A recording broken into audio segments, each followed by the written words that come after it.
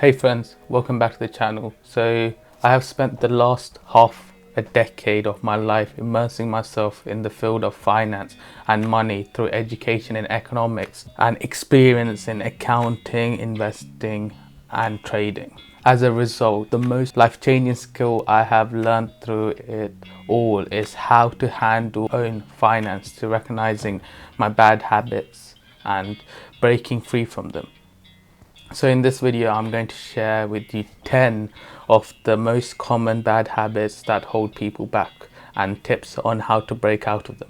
Number one is the idea of paying yourself last. This is because it is one of the blueprint for achieving financial freedom, as the way people or you would pay their bills can be broken down into two types. The first is the poor people's habit, which is through paying yourself last. So as soon as your paychecks comes in, then you pay your rent, your house bills, your subscription and any social plans that you might have.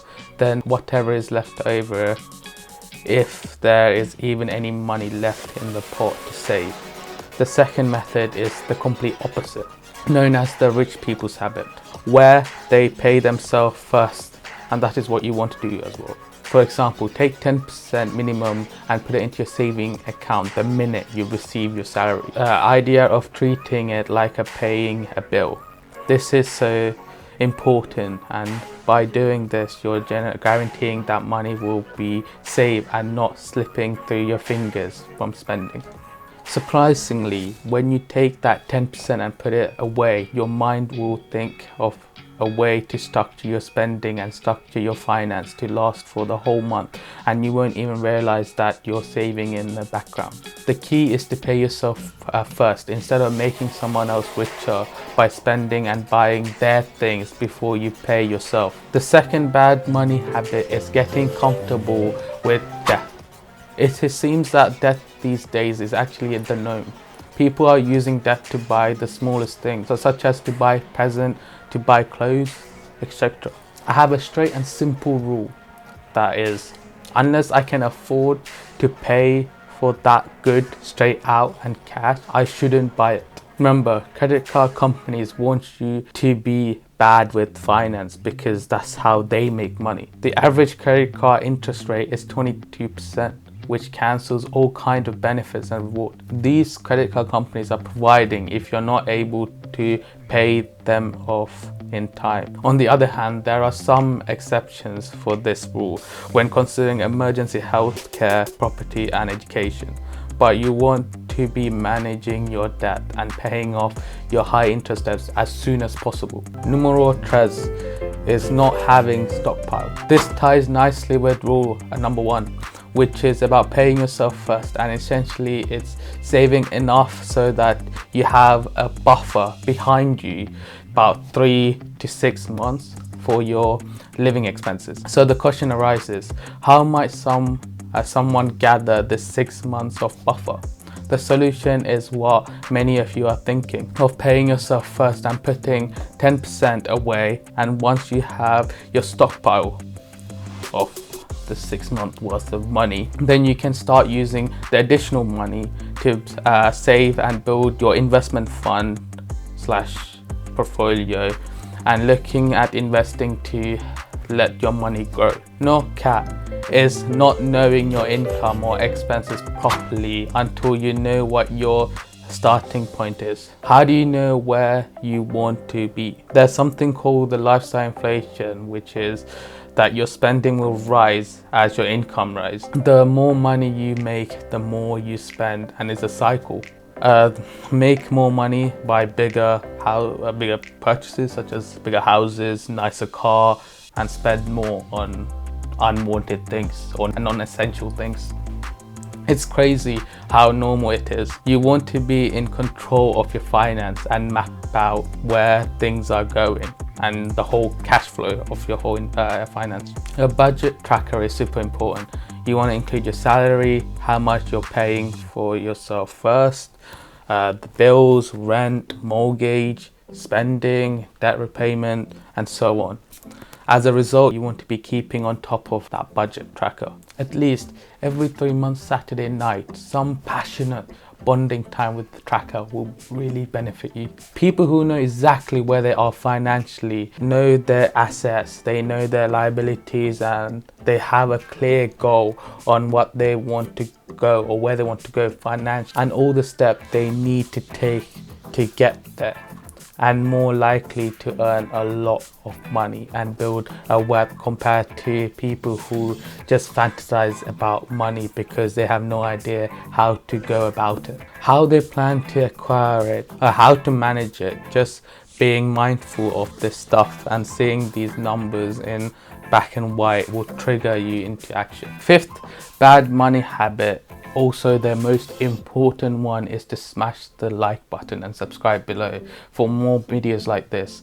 Also click the bell icon to be notified whenever I upload. Bad money habit number 6 is to having expensive hobbies. A lot of people like to shop, and I guess, yeah, part of it is retail therapy. But again, big media and advertising company work to derive consumerism. They're understanding how to play on a psychological or fear of missing out really well. We're constantly bombarded them with marketing messages about where we should be in our life, what we should own, and then we receive messages on what we should wear and where we should be going on holidays and where we should be on holidays. Avoid these situations or retrain in those expensive pastime hobbies. I would say that if you want to spend a lot of money on something, let it be toward learning a skill or experience or education that you reinvest in yourself, because people can't take that away from you. These skills and experience are developing you as a human, and these extra skill sets then be used later on getting a higher pay or adding more value and generating wealth in the long term. Up next, we have been focusing purely on saving. If you want to improve your financial position, you can first save more of your existing income, or you can make money and create more income streams. And the ideal combination is a mix of both, where it's to save and create more income streams. You can't build wealth if you're making more money and spending all of it, but you also can't if you just focus on saving side of it, because there is a cap to how much you can save. Using cashback side will only get you so far. So to truly build wealth, so you can think of both sides of the equation, both how you will save large percentage of your income, but also how you will make more money. Because, for example, saving money side has a cap, whereas making more income stream has nothing, is infinite. So there's more potential, whether it's investing in the stock market, asking for a pay rise, starting a side hustle. You won't break the bad money habit of thinking about saving money. Is going to massively increase your wealth. Number 8, paying too much in taxes. Taxes are going to be the single biggest expenses in your life. Whilst everyone has to pay taxes, a lot of people just pay it without considering how to legally reduce your bills. Legally is the key word here. The wealthy, they have a knowledge of legal cooperative structure that comes with tax advantages. They hire tax advisors that can help them minimize their tax bills. So if you want to get one step ahead, one of the best way to increase your wealth is through understanding tax rules in a way that stacks up in your favor. For example, investing through the ISA or a Roth IRA, which is an investment account that shelters your dividend and profits from taxes, or operating under a business instead of an individual if you're a sole trader or a solopreneur. The tax savings are incredible if you are a company holder, and we'll go into these in another video. But also, this stuff is absolutely legal, and if you are someone who disagree with this and prefer to pay more tax regardless of whether or not you can reduce it legally, then it doesn't hurt to understand the tax rules and reduce that tax bill, so you can understand using the money to give back to things that directly align with your values instead of letting someone else decide. If you want me to make a video on tax, let me know in the comment below and with likes. Number 9, waiting too long to invest. When you start having saving, you have that stockpile, that buffer that we spoke about, then you want to start looking into investing that money so that your money starts working for you, and you want to expand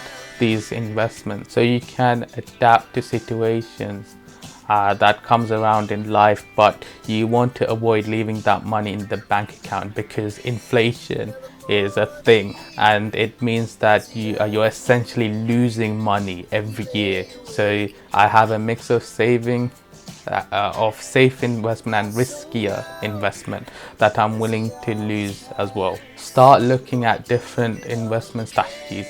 Once you have saved up enough, don't leave any additional money more than you need in the bank account. There's always going to be reasons why you can't invest, because you don't have time, you don't have enough money, you don't know where to start. But the longer you put it off investing, the harder you will have to work to get the same level of financial freedom as someone who started investing earlier, since everything is still a compound effect. Number 10, we're nearly there. The final bad money habit is not caring about finance. If you don't care about something, you're not going to do your best at taking care of. And most people don't care about finances, and even worse than that is people who think that finance and having money is pointless. Nevertheless, life is largely dedicated to finance, so you might as well master it and immerse yourself in it, in this world where you can learn to use your finance in a way that gives you freedom and that independency that you want. It may just be finding the right person or the right tool that helps you resonate with finances in a way that most appeal to you. Whether that's through an employee perspective, an entrepreneur perspective, someone who is less of a risk taker, someone who is more of a risk taker, but there will be someone who kind of match your investing style more closely. Thank you so much for watching the video until the end, and see you next time. Bye.